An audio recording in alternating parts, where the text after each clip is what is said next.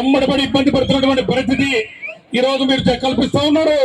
గుర్తుపెట్టుకోండి, మళ్ళా ఎలక్షన్ వచ్చే లోపల 2029లో ప్రతి వైఎస్ఆర్ కాంగ్రెస్ పార్టీ కార్యకర్త చేతిలో ఒక బ్లూ బుక్ ఉంటుంది. ఆ బ్లూ బుక్ లో ఏమేమి రాసుకుంటామో అప్పుడు చూపిస్తాం. మీరు ఒక రెడ్ బుక్ పెట్టుకుంటే ప్రతి గ్రామానికి ఒక బ్లూ బుక్ మేము పెట్టుకొని దెబ్బకు దెబ్బ తీస్తాము, మీకు తగిన గుణపాఠం చెప్తామని చెప్పి కూడా ఈ సందర్భంగా మనవి చేసుకుంటూ మరి అందరం కూడా ఐకమత్యంగా ఉందాం.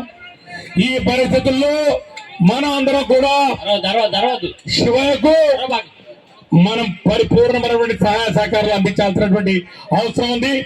శివయ్య, నువ్వు చెప్పినట్టు, నువ్వు ఆశించినట్టు మన గౌరవ మాజీ ముఖ్యమంత్రి వారు, మన జనవృధ నేత జగన్మోహన్ రెడ్డి గారు ఏ నమ్మకంతో నీకు ఈ బాధ్యతలు అప్పగించారు, నువ్వు ఇచ్చినటువంటి మాట ఏదైతే ఉందో 8 నియోజకవర్గాల్లో 8 నియోజకవర్గాలు వైఎస్ఆర్ కాంగ్రెస్ పార్టీ జెండా ఎగురేస్తామని చెప్పి కూడా మీ అందరికీ మనవి చేసుకుంటూ అందరం కూడా కలిసికట్టుగా పనిచేద్దాం. బూచపల్లి కుటుంబం ఈ రోజు ముందుకు వచ్చింది. అన్ని బాధ్యతలు వారు మోసుకుంటా ఉన్నారు. అన్ని తెలుసు, ఇబ్బంది పెడతారు.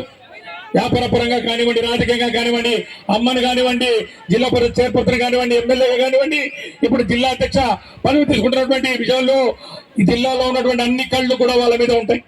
అయినా కూడా మనందరం కూడా శివయ్యకు వెన్నంటి ఉంటాం, శివయ్య నాయకత్వంలో ముందుకు పోతామని చెప్పి కూడా మనం చేసుకుంటూ మరి ఒక్కసారి మనందరి తరఫున ఈరోజు జగనన్నను మళ్ళా 2029లో ముఖ్యమంత్రిగా చేసుకుంటాం.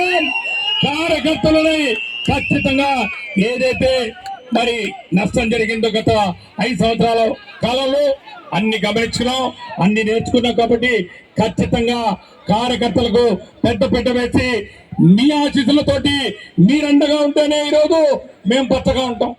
మేము ఎక్కడ పోటీ చేయాలనేది మాకు ప్రస్తుతం, వారు ఎక్కడ పడితే అక్కడ పోటీ చేస్తాం, లేదంటే లేదు.